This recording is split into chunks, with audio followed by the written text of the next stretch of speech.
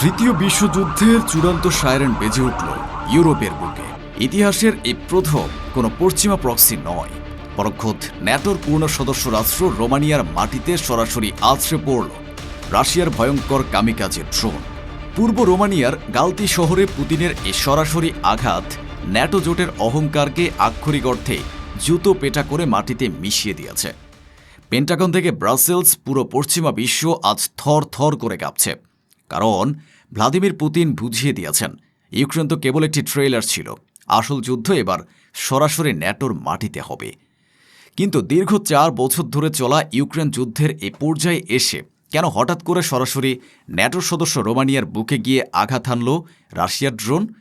পশ্চিমাদের ঠিক কোন ভণ্ডামি এবং দ্বিমুখী নীতির চরম প্রতিশোধ নিতে ভ্লাদিমির পুতিন আজ ন্যাটোর রেড লাইন ক্রস করলেন?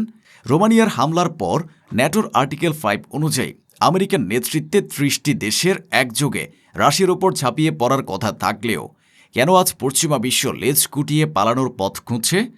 আর সবচেয়ে বড় প্রশ্ন, যদি ন্যাটো এ হামলার প্রতিশোধ নিতে রাশিয়ার উপর আক্রমণ চালানোর দুঃসাহস দেখায়, তবে কি পুতিন তার ভয়ঙ্কর পারমাণবিক মারণাস্ত্র শয়তান 2 ব্যবহার করে পুরো ইউরোপ এবং আমেরিকাকে এক জ্বলন্ত কফিনে পরিণত করবে?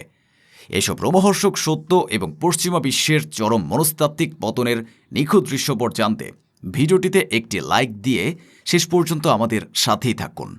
এই শ্বাসরুদ্ধকর সামরিক এবং ভূরাজনৈতিক ভূমিকম্পের শুরুটা হয়েছে পূর্ব রোমানিয়ার ছোট্ট কিন্তু কৌশলগতভাবে অত্যন্ত গুরুত্বপূর্ণ শহর গালাতিতে। আন্তর্জাতিক সংবাদ মাধ্যম এবং সামরিক পর্যবেক্ষকদের ফাঁস করা তথ্য অনুযায়ী রাশিয়ার ছোড়া অত্যাধুনিক কামিকাজের ড্রোন সরাসরি রোমানিয়ার আকাশ সীমায় প্রবেশ করে এবং গালাতি শহরের কাছে এক বিকট বিস্ফোরণ ঘটায়। এতদিন ধরে ন্যাটো এবং আমেরিকা সারা বিশ্বকে ভয় দেখিয়ে আসছিল যে ন্যাটোর 1 ইঞ্চি মাটিতেও যদি রাশিয়ার কোনো গোলা এসে পড়ে তবে তারা রাশিয়াকে মানচিত্র থেকে মুছে দেবে। কিন্তু পুতিন আজ ন্যাটোর সেই কথিত রেড লাইন বা লাল দাগকে স্রেফ পায়ের তলায় পিষে দিয়েছেন। কিন্তু প্রশ্ন হলো, পুতিন কেন হঠাৎ করে ন্যাটোর দেশে হামলা চালালেন? এটি কোনো ভুল ছিল না, এটি ছিল পশ্চিমাদের 4 বছরের জঘন্য ভণ্ডামি এবং দ্বিমুখী নীতির এক চরম প্রতিশোধ। পশ্চিমা মিডিয়া বিশ্ববাসীকে গিলিয়ে আসছিল যে রাশিয়া ইউক্রেনের সাথে যুদ্ধ করছে, কিন্তু পুতিন বারবার প্রমাণসহ দাবি করেছেন এ যুদ্ধ ইউক্রেনের সাথে নয়, এ যুদ্ধ হলো আমেরিকার নেতৃত্বাধীন ন্যাটোর সাথে। ইউক্রেন হলো ন্যাটোর হাতের একটি পুতুল বা প্রক্সি মাত্র, যাকে সামনে রেখে তারা রাশিয়ার ধ্বংস চাইছে। গত কয়েক মাসে ন্যাটো তাদের ভণ্ডামির সমস্ত সীমা পার করে ফেলেছিল। তারা ইউক্রেনকে শুধু দূরপাল্লার মিসাইল বা ATACMS দিয়েই ক্ষান্ত হয়নি, তারা রাশিয়ার ভূখণ্ডের গভীরে খোদ ক্রেমলিনের কাছাকাছি টার্গেটগুলোতেও হামলা চালানোর জন্য সরাসরি ডেটা এবং স্যাটেলাইট ইন্টেলিজেন্স সরবরাহ করেছে। ইউক্রেনের সেনারা শুধু মিসাইলের বোতাম টিপেছে, কিন্তু সেই মিসাইলের টার্গেট, ফ্লাইট পাথ এবং রিয়েল টাইম স্যাটেলাইট ডেটা আসছিল সরাসরি ব্রাসেলসে থাকা ন্যাটো সামরিক হেডকোয়ার্টার এবং পেন্টাগন থেকে। শুধু তাই নয়, পশ্চিমা বিশ্ব তাদের নতুন প্রযুক্তির ড্রোন এবং মারণাস্ত্রগুলো রাশিয়ার মাটিতে টেস্ট করছিল। পুতিনের চোখে এটি ছিল সরাসরি ন্যাটোর যুদ্ধ ঘোষণা। তিনি বারবার হুঁশিয়ারি দিয়েছিলেন, রাশিয়ার মাটিতে ন্যাটোর অস্ত্র এবং ডেটা ব্যবহার করে হামলা চালালে তার পরিণতি হবে ভয়াবহ। কিন্তু অহংকারী পশ্চিমা বিশ্ব সেই হুমকিকে কর্ণপাত করেনি। তারা ভেবেছিল পুতিন হয়তো ন্যাটোর সাথে সরাসরি সংঘাতে যেতে ভয় পাবেন। কিন্তু রোমানিয়ার গালাতি শহরে রাশিয়ার ড্রোন আছড়ে পড়া প্রমাণ করে দিল যে পুতিনের ধৈর্যের বাঁধ ভেঙে গেছে। তিনি এবার ন্যাটোকে তাদের নিজেদের ভাষাতেই তাদের নিজেদের ঘরে ঢুকেই জবাব দিয়েছেন। এটা ছিল পুতিনের এক চরম সতর্কবার্তা। তোমরা যদি রাশিয়ার গভীরে হামলার ছক কষো, তবে তোমাদের ভূখণ্ড আর নিরাপদ থাকবে না। রোমানিয়ায় এ হামলার পর এখন সবচেয়ে বড় যে প্রশ্নটি ইউরোপের আকাশে বাতাসে ঘুরপাক খাচ্ছে, তা হল ন্যাটোর সেই বিখ্যাত আর্টিকেল 5 এখন কোথায় গেল? ন্যাটোর চুক্তির 5ম অনুচ্ছেদে স্পষ্টভাবে বলা আছে, জোটের কোনো একটি সদস্য রাষ্ট্রের উপর হামলা মানে পুরো 30টি দেশের উপর হামলা। সেই হিসাব অনুযায়ী রোমানিয়ায় ড্রোন আছড়ে পড়ার সাথে সাথেই আমেরিকা, যুক্তরাজ্য, ফ্রান্স এবং জার্মানির উচিত ছিল রাশিয়ার বিরুদ্ধে একযোগে যুদ্ধ ঘোষণা করা। কিন্তু বাস্তবে কি ঘটছে? বাস্তবে পশ্চিমা বিশ্ব আজ কুকুরের মতো কুঁকড়ে আছে। পেন্টাগন এবং ব্রাসেলসে থাকা ন্যাটোর সদর দপ্তরে আজ শ্মশানের মতো নীরবতা। তারা রাশিয়ার বিরুদ্ধে যুদ্ধ ঘোষণা তো দূরের কথা, উল্টো এই ঘটনাকে দুর্ঘটনা বা অনিচ্ছাকৃত ত্রুটি বলেও ধামাচাপা দেওয়ার মরিয়া চেষ্টা করছে। যে আমেরিকা সারাদিন বিশ্বের বুকে দাদাগিরি দেখিয়ে বেড়ায়, সে আমেরিকার প্রেসিডেন্ট আজ রাশিয়ার এ সরাসরি হামলার কোনো জবাব দিতে সাহস পাচ্ছেন না। ন্যাটোর এ চরম কাপুরুষতা এবং লেজ গুটিয়ে পালানোর দৃশ্য প্রমাণ করে দিয়েছে যে তারা আসলে একটি কাগজে বাঘ ছাড়া আর কিছুই নয়। তাদের ভণ্ডামির মুখোশ আজ পুতিনের এক আঘাতেই খসে পড়েছে। কিন্তু কেন ন্যাটো এত ভয় পাচ্ছে? কেন আমেরিকার মতো সুপার পাওয়ার আজ রাশিয়ার একটি ড্রোনের জবাব দিতে গিয়ে থর করে কাঁপছে? এর উত্তর লুকিয়ে আছে সাইবেরিয়ার গহীন অরণ্যে এবং রাশিয়ার গোপন আন্ডারগ্রাউন্ড সাইলোতে প্রস্তুত রাখা এক মহাপ্রলয়ঙ্কারী অস্ত্রের মধ্যে। আর সেই অস্ত্রটির নাম হল RS-28 সার্ভান্ট, যাকে পশ্চিমা বিশ্ব আতঙ্কে নাম দিয়েছে শয়তান-2।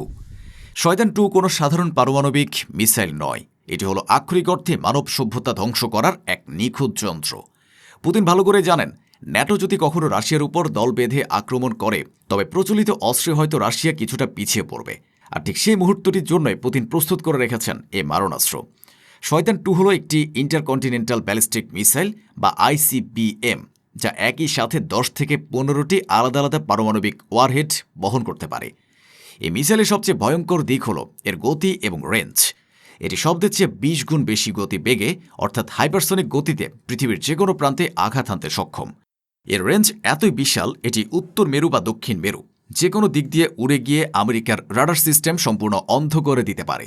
পশ্চিমা বিশ্বের পেট্রিয়ট বা থার্ড মিসাইল ডিফেন্স সিস্টেম এই শয়তান-2 এর কাছে প্লাস্টিকের খেলনার চেয়েও অধম।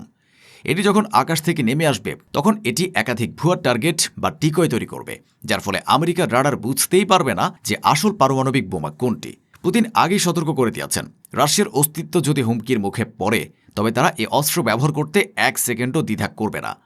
পশ্চিমা গোয়েন্দা সংস্থাগুলো খুব ভালো করে জানে যে শয়তান-2 মিসাইলের মাত্র একটি আঘাতেই ফ্রান্স বা আমেরিকার টেক্সাস অঙ্গরাজ্যের মতো বিশাল একটি ভূখণ্ডকে সম্পূর্ণ মানচিত্র থেকে মুছে দেওয়া সম্ভব। যদি ন্যাটো রোমানিয়ার ঘটনায় প্রতিশোধ নিতে রাশিয়ার উপর একটিও মিসাইল ছোড়ার দুঃসাহস দেখায় তবে পুতিন তার এই মারণাস্ত্রের বোতাম টিপবেন।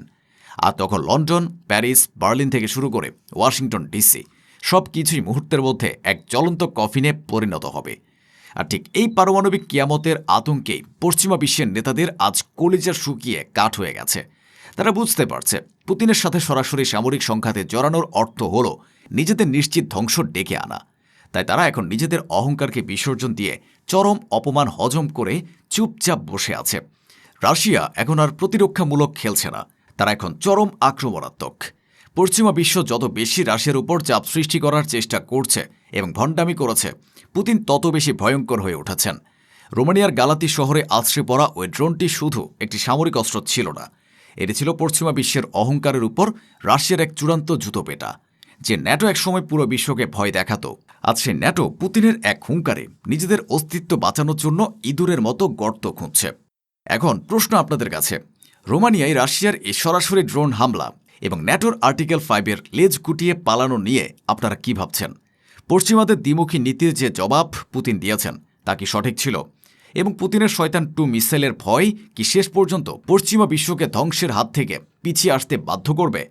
কমেন্ট বক্সে আপনার বিশ্লেষণ এবং মূল্যবান মতামত শেয়ার করে এই ঐতিহাসিক পট পরিবর্তনের সঙ্গী হন।